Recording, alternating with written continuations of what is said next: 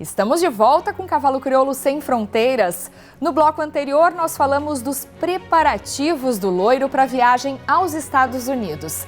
Mas para você aí de casa andar com o seu animal nas estradas, não é diferente. É necessário estar atento a toda uma documentação e também a itens que garantam o bem-estar animal. Os cavalos, muares e asininos são os únicos animais que podem ser transportados em reboques. O veículo é utilizado principalmente por usuários e pequenos criadores. Uma logística que requer cuidados para garantir o bem-estar do animal. Com a intenção de aumentar a segurança durante os deslocamentos, novas exigências serão cobradas a partir de 1º de julho de 2019. É quando entra em vigor a Resolução 675 do Conselho Nacional de Trânsito, que trata do transporte de animais de produção ou interesse econômico, esporte, lazer e exposição. O coordenador da Empresa Pública de Transporte e Circulação de Porto Alegre explica que a nova medida é composta por 14 requisitos. O veículo deve ser adaptado à espécie, ser resistente e compatível com o peso, permitir a circulação de ar, manter o controle da temperatura, ter piso antiderrapante, laterais e teto. Ela se direciona mais à questão do bem-estar do animal, né? Porque como não estava bem definido de que forma se transportava, né? Então hoje prevê algumas coisas assim, tipo o piso antiderrapante, né? Pensando bem no bem-estar do animal. O veículo, o tamanho do veículo adequado ao tamanho do animal, adequado à quantidade de animais que vão ser transportados, né? Ventilação para dentro para o ambiente, onde, né? Para o animal ter umas condições de transporte, porque muitas vezes os transportes são feitos em grandes distâncias. Animais no Rio Grande do Sul saem para outros estados, para exposições, para as mais variadas provas, né? Então eles têm que estar adequadamente em condições boas de sanidade, né? Então os órgãos de trânsito vão acabar fiscalizando nesse sentido. E acabam fiscalizando também as outras questões dos veículos, que é para todo mundo. Para transportar os animais, o usuário deve ter o reboque regularizado e apresentar 4 documentos que são exigidos pela Secretaria de Agricultura de cada estado. O primeiro seria a Guia de Trânsito Animal, que é emitida na Inspetoria de Defesa Agropecuária de cada município. Tá? Ela é emitida a partir da apresentação dos resultados negativos nos exames de anemia infecciosa equina, mormo e um atestado de vacinação para influenza. Além da documentação em dia, é necessário oferecer conforto ao animal. O transporte adequado exige atenção do início ao fim da viagem.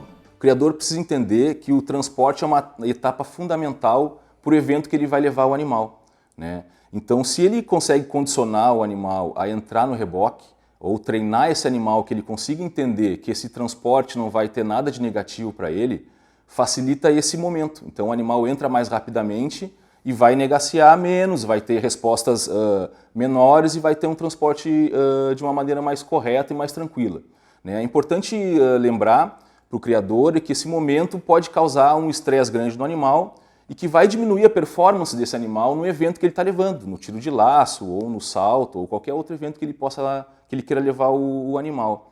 E também pode desenvolver algumas doenças relacionadas ao estresse que esse animal vai acabar sofrendo, né? Como laminite, problemas respiratórios e até cólica pode o animal acabar desenvolvendo.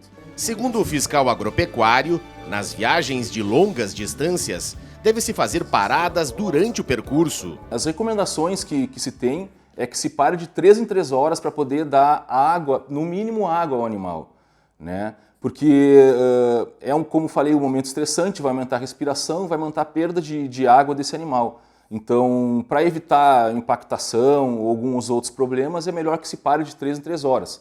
Sempre lembrando que se parar, se tiver que descer, esse condicionamento que foi feito antes vai dar uma resposta melhor para esse animal. Então, no mínimo, carregar água ou ter água em condições as mesmas que ele teve na propriedade rural, né, no local onde ele está, para o animal beber mais facilmente para a viagem seguir.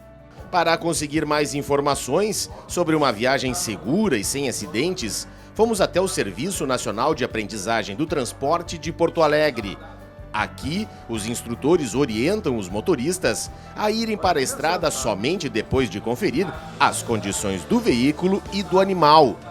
3 fatores devem ser observados para que não ocorram imprevistos. O planejamento da viagem, né, a segurança desse animal e o conforto dele. Planejamento de percurso. Qual é o tipo de estrada, qual é o tipo de deslocamento que tu vai ter com esse animal. Até para garantir a segurança dele dentro, né, por exemplo, de um reboque, e também o conforto dele e a estabilidade dentro do reboque, até para que ele não sofra nenhum dano e consiga cumprir lá o objetivo, né. O Senat possui este simulador de direção que apresenta todas as condições enfrentadas no transporte de carga viva. Bom, Tiago, além de ser uma carga sensível, o transportador enfrenta todo tipo de adversidade, né? Que cuidados que deve-se ter com esse transporte? Isso. O condutor, quando se depara com esse tipo de terreno, ele tem que usar os 3 fatores básicos da direção defensiva, que seria prever o perigo, descobrir o que fazer e sempre agir a tempo. Como é que a gente pode, né, dar um exemplo desse tipo de questão? Primeiro, ao entrar numa curva, né, qual é as dicas básicas? Reduzir a velocidade e garantir a estabilidade do veículo. Caso haja a obrigatoriedade de realizar uma frenagem, deve ser gradativa e aos poucos, para que não desestabilize o veículo. Também é importante quando estiver exposto às condições climáticas. Exemplo, chuva. Quando há chuva, se deve redobrar a atenção, devido à pouca estabilidade que o terreno oferece e também a questão da visibilidade da via. Então, quesito básico, reduzir a velocidade e redobrar a atenção nesse tipo de trajeto. Bom, Tiago, também é importante manter uma distância adequada do carro que vem à frente, não é? Isso, é muito importante que o condutor estabeleça uma condução segura, né, e uma distância segura. Como é que eu posso analisar essa questão? Referente a estudos, comprova que o tempo de reação do condutor é de 1 a 3 segundos. Então, um veículo se deslocando a 60 km por hora, ele vai ter a média de 51 metros de deslocamento. Então, é importante que essa distância, né, seja maior, para que, em caso, né, de uma frenagem repentina, evite a colisão traseira. Saímos do Senat e fomos conhecer uma fábrica de reboques na região metropolitana de Porto Alegre. No local, em uma década, já foram produzidos mais de 5.000 veículos. O proprietário teve a ideia de criar o empreendimento depois de encontrar dificuldade para reformar o reboque que tinha. A falta de opções serviu de oportunidade para o empresário, que resolveu investir no setor. Uma das primeiras ações foi contratar um engenheiro mecânico. O profissional, além de criar os projetos conforme a solicitação dos clientes, também acompanha o trabalho na oficina. Como se tratando de estruturas metálicas, basicamente, e os demais componentes de freio, sinalização, etc., tem que ter o acompanhamento de um profissional da área, né? Porque os nossos produtos vão para as estradas e, basicamente, transportando animais, onde um animal de raça, às vezes, além do carinho que o proprietário tem, envolve um custo bastante elevado.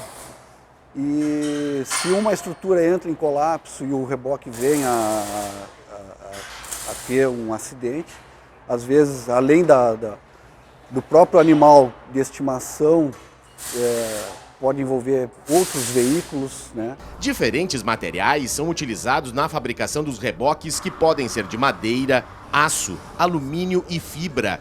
Antes mesmo da nova resolução do CONTRAN entrar em vigor, a empresa já cumpre as medidas. Os veículos são espaçosos, confortáveis, possuem piso antiderrapante, têm ventilação adequada com janelas e climatizadores e também possuem cobertura. Se o cliente quiser, há opções com banheiro, cozinha, toldo e ar-condicionado. Pensando no bem-estar animal, a fábrica criou um novo sistema de acesso ao interior do reboque. Aquela rampa, antigamente ela descia, ela desce. Aí o que acontece? Quando ela desce, o cavalo, primeiro ele vai botar a mão em cima, ele sentiu aquele impacto, ele volta. Então leva um tempo até ele se acostumar. Então, pensando, vamos ter que mudar alguma coisa para ver o que acontece. A gente tirou aquela rampa que desce e botou ela por baixo do assoalho.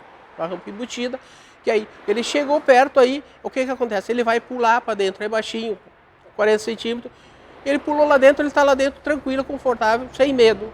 Apesar de satisfeito com o trabalho desenvolvido na fábrica, o empresário reclama dos concorrentes que operam clandestinamente. A atividade ilegal, além de onerar os cofres públicos, pode resultar na fabricação de produtos inadequados e provocar acidentes nas estradas. É uma concorrência desleal. Porque o fabricante de fundo de quintal, o que acontece? Ele compra uma nota lá de São Paulo, só que não tem um engenheiro que vai lá olhar se isso está certo. Aí vende umas coisas que é só vendo para acreditar o que eles fazem. É muito difícil tu competir com esse tipo de pessoas que fazem isso. Eu acho que a lei, alguém tinha que investigar para parar com isso. Não é para eles parar de fabricar, e sim eles se adequar às novas normas. Pela própria segurança. Tu sai no trânsito, tu não sabe com quem tu está andando. Daqui a pouco deu um problema ali, mata uma família por falta de segurança.